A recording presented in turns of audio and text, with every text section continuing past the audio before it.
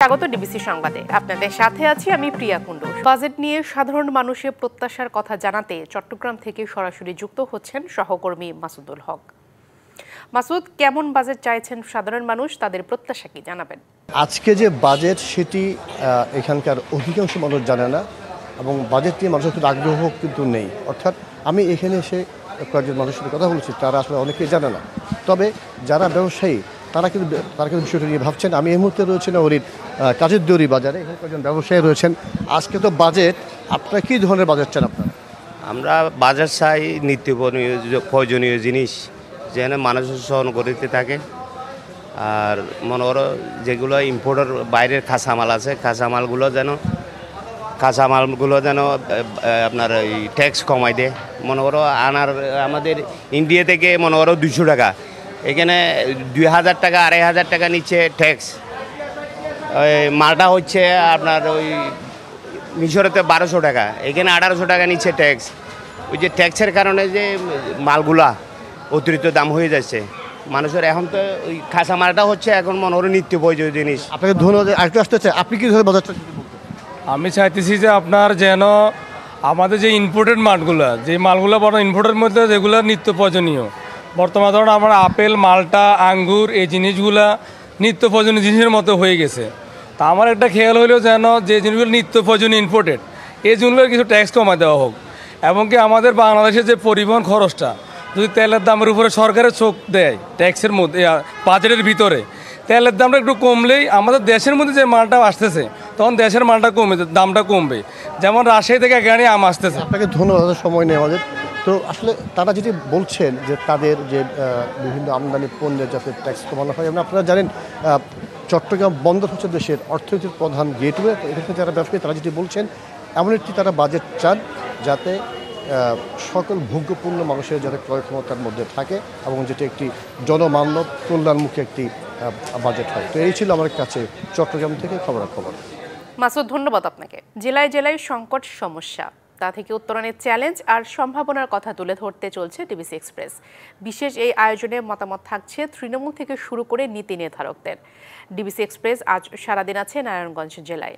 CSRM নিবেদিত DBC নিউজের বিশেষ আয়োজন ডিবিসি এক্সপ্রেস আজ সারাদিন রয়েছে নারায়ণগঞ্জের রূপগঞ্জ উপজেলায়। আমরা এই এলাকার মানুষের সমস্যা, সংকট, তা থেকে উত্তরণের চ্যালেঞ্জ ও সম্ভাবনা নিয়ে কথা বলবো, জানতে চাইব আপনাদের এই এলাকায় রাস্তাঘাটের ব্যবস্থা কেমন রয়েছে, সব মিলিয়ে যদি বলেন। আপনারা অবগত আছেন গাজীপুরের কালীগঞ্জ পূর্বাচর হয়ে রূপগঞ্জে হয়ে এটা ঢাকার সাথে মিলিত হয়েছে। এটা অত্যন্ত গুরুত্বপূর্ণ একটা সেতু, কিন্তু সেতুটি অনেক ছোট। 1991 সালে প্রথম বিএনপি আমলে এই সেতুটি হয়। পরবর্তীকালে আর সেতুটি বড় হয়নি, অন্য কোনো একটা সেতুর দাবি ছিল তাও হয়নি। 2001 সালে সেতুটি ক্ষতিগ্রস্ত হয় বালুর টলারের কারণে। 2012 সালে এলজিডি এটা ঘোষণা দিয়ে সাইনবোর্ড দিয়ে এটাকে ঝুঁকিপূর্ণভাবে চিহ্নিত করা হয়। কত বছর ধরে ঝুঁকিপূর্ণভাবে সেতুটিতে গাড়ি চলাচল? 15 বছরের উপর ধরে ঝুঁকিপূর্ণ হয়ে গাড়ি চলাচল করতেছে। মৃত্যুর আশঙ্কা থাকে। আপনারা দেখতে পারবেন যে পলেস্টার সব ছুটে গেছে, রড দেখা যাচ্ছে। কায়েতপাড়া সবচেয়ে গণবসতি এলাকা থেকে আপনারা এটার সংস্কার চাচ্ছেন। আপনার কাছে জানতে চাইবো যে আপনাদের এলাকায় বিদ্যুৎ বিভ্রাটের কথা শুনতে পেয়েছি, আসলে লোডশেডিংটা কি পরিমাণে থাকে এবং কি কি ক্ষয়ক্ষতি হয় এতে আপনাদের? আমরা কায়েতপাড়া ইউনিয়নের চনপাড়ার অধিবাসী। অন্যান্য এলাকার তুলনায় আমাদের এলাকার লোডশেডিংটা অতিরিক্ত। যেখানে তারাবো, নোয়াপাড়া, ড্যামরা 24 ঘন্টার ভিতরে হয়তো 2 ঘন্টা 2.5 ঘন্টা লোডশেডিং থাকে, কিন্তু আমাদের ধরতে গেলে 18 ঘন্টায় লোডশেডিং ইদানিং দিচ্ছে। কখনো কখনো সকাল 8টায় যায়, রাত্রে 10টা 12টা বিদ্যুৎ দিচ্ছে। আর একটু বাতাস হলে লোডশেডিং নামক যন্ত্রণায় আমরা উপভোগ করি। আর গরম হলে তো কথাই নেই, সারাদিনে বিদ্যুতের ছোঁয়া পায় না। বাচ্চা কাচ্চার পড়াশোনার সিরিয়াস রকম ক্ষতি হচ্ছে। এখন শিল্প কারখানা, দোকানপাট, দোকানপাটে তাদের উৎপাদন একেবারে স্থির হয়ে গেছে। সামনে ঈদ, অনেক কলকারখানা ঈদ ভিত্তিক পণ্য উৎপাদন করছে, কিন্তু তারা একেবারে বসে পড়ছে, কোনো কাজ করতে পারছে না। কৃষিকাজেও কি ব্যাঘাত? কৃষিকাজেও বিশেষ পানি সেচের তো সিরিয়াস রকমের সমস্যা। মানে বিদ্যুতের আমাদের এলাকার প্রতি এরকম অনীহা কেন বুঝতে পারি না। অনেকবার মানববন্ধন করা হয়েছে, অনেক জায়গায় অনেক কর্তৃপক্ষ করে আমরা জানাইছি, কিন্তু আর কোনো প্রতিকার পাচ্ছি। ধন্যবাদ আপনাকে। আমরা আরেকজনের কাছ থেকে জানব, আপনাদের এখানে একটা বালু নদী রয়েছে, নদীটি প্রায় মৃত। নদী দূষণে আসলে কি কি পদক্ষেপ নিচ্ছে প্রশাসন, সব মিলিয়ে যদি জানাতেন। আর কি কি সমস্যা রয়েছে আপনাদের এলাকায়? প্রথমে ডিবিসি টেলিভিশনকে সংবাদ প্রচারের জন্য ধন্যবাদ জানাচ্ছি।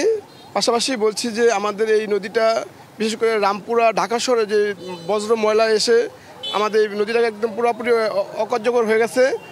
এখন পানি ব্যবহার করা দুর্গন্ধ, এখানে মানে মশা মাছি পানিতে তৈরি হয় এবং এত দুর্গন্ধ যে মানুষ খুব শীঘ্রই মানে রোগাক্রান্ত হয়ে যাবে এই নদীর কারণে। অবিলম্বে সরকার এবং সংশ্লিষ্ট যারা পানির দায়িত্বে আছে, মন্ত্রণালয় যারা আছে, এটাকে ড্রেজিং করা এবং পাশাপাশি এটাকে একটা মানে কী পরিষ্কার পরিচ্ছন্নতা করা বা এখানে একটা কাজ করা, সরকারের একটা বাজেট দেওয়া, হ্যাঁ, উপযোগী করা, এটা গড়ে তোলা সরকারের কাজ। আমরা বলতে পারবো, আমরা এই ব্যাপারে অনেকবার কথা বলছি ব্রিজ এবং এই পাশাপাশি এই নদীটা নিয়ে। এই নদীটা এখন মানুষ একেবারে পুরোপুরি অকার্য হয়ে গেছে, এত দুর্গন্ধ এবং পানির ভিতরে পোকা। আপনার নদী যদি আপনি দেখবেন যে সেখানে কি পরিমাণ পানিতে পোকা ভাসতেছে। মেল কারখানার বজ্রপাত এবং ঢাকা শহরের বিশেষ করে রামপুরা থেকে যে নতুন করে আমাদেরকে এই ড্রেন লাইনটা করার কারণে অতিরিক্ত পরিমাণে নদীটা ক্ষতিগ্রস্ত হয়েছে।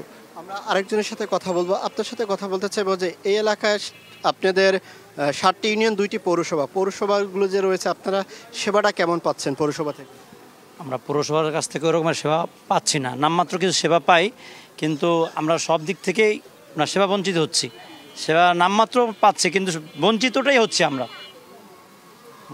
ধন্যবাদ আপনাকে আমাদের সাথে যুক্ত থাকার জন্য। আমরা আবারও বিকেল 2টায় দুপুর 2টায় যুক্ত হব এই একই উপজেলার অন্য একটি জায়গা থেকে। ততক্ষণ পর্যন্ত ডিবিসি এক্সপ্রেসের সাথেই থাকুন। জমে উঠেছে চাঁদপুরের সফরমালী পশুর হাট। হাটের সর্বশেষ খবর জানাতে সরাসরি যুক্ত হচ্ছেন সহকর্মী নজরুল ইসলাম আতিক। পশু হাটের কি অবস্থা এবং এই আবহাওয়ায় ক্রেতা বিক্রেতার উপস্থিতিতে কেমন দেখছেন জানাবেন।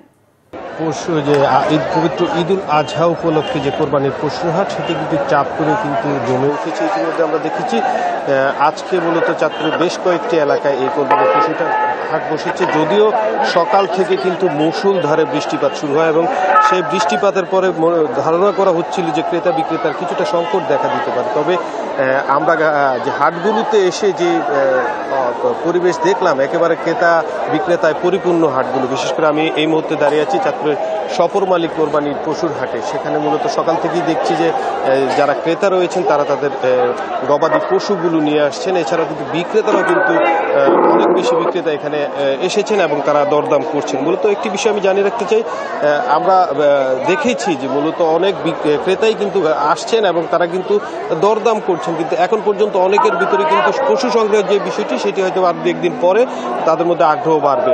কারণ হচ্ছে ঈদের যেহেতু আরও 4-5 দিন রয়েছে, সেক্ষেত্রে অনেকেই অপেক্ষা করছেন যে দাম কি হয় না হয় সেটি দেখার জন্য। পরবর্তীতে তাদের সেই সিদ্ধান্ত অনুযায়ী তারা সেই কোরবানির পশুটি সংগ্রহ করবে। আর একটি বিষয় জেলায় কিন্তু 195টি হাটগুলোতে কিন্তু প্রাণী সম্পদ অধিদপ্তরের পক্ষ থেকে কিন্তু 74টি মেডিকেল টিম কাজ করছে এবং আইন শৃঙ্খলা বাহিনী কিন্তু কাজ করছে সার্বিক নিরাপত্তা রক্ষায়। আর চাঁদপুরে অধিদপ্তরের তথ্য মতে যে চাঁদপুরে 76,000 কোরবানির পশুর চাহিদা রয়েছে, সেক্ষেত্রে কিন্তু 62,000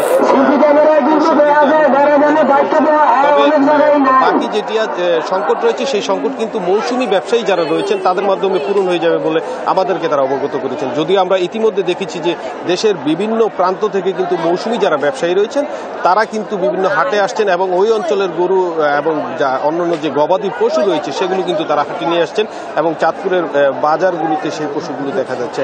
এবং এই পশু কিন্তু ইতিমধ্যে ধারণা করা হচ্ছে যে ইতিমধ্যে যে লক্ষাধিক পশু কিন্তু ইতিমধ্যে চলে এসেছে এবং সামনে বোঝা যাবে যে আসলে এই পশুর যে দর সেটি কেমন পরিস্থিতিতে পড়ে। সার্বিক বিষয়ে যদি বলি যে চাঁদপুরে যে পশু কোরবানির যে হাটগুলো রয়েছে সেগুলোর এখন পর্যন্ত আইন শৃঙ্খলা স্বাভাবিক রয়েছে এবং বেচা কিনেও মোটামুটি ভালো চলছে এবং পরবর্তীতে হয়তো বেচা কিনা শুরু হবে। আতিক, আপনাকে ধন্যবাদ। ভয়াবহ দাবানলে কবলে পড়েছে কানাডা। 3টি প্রদেশ থেকে নিরাপদ স্থানে সরিয়ে নেওয়া হয়েছে 25,000 বাসিন্দাকে। আলবার্টা থেকে 17,000 এবং সাসকাচুয়ান থেকে সরিয়ে নেওয়া হয়েছে প্রায় 8,000 বাসিন্দাকে। দাবানল নিয়ন্ত্রণে আনতে যুক্তরাষ্ট্র থেকে পাঠানো হচ্ছে জরুরি কর্মী এবং বিমান। এ পর্যন্ত কানাডা জুড়ে 187টি স্থানে আগুন জ্বলছে, যার মধ্যে 97টিকে নিয়ন্ত্রণের বাইরে হিসেবে তালিকাভুক্ত করা হয়েছে।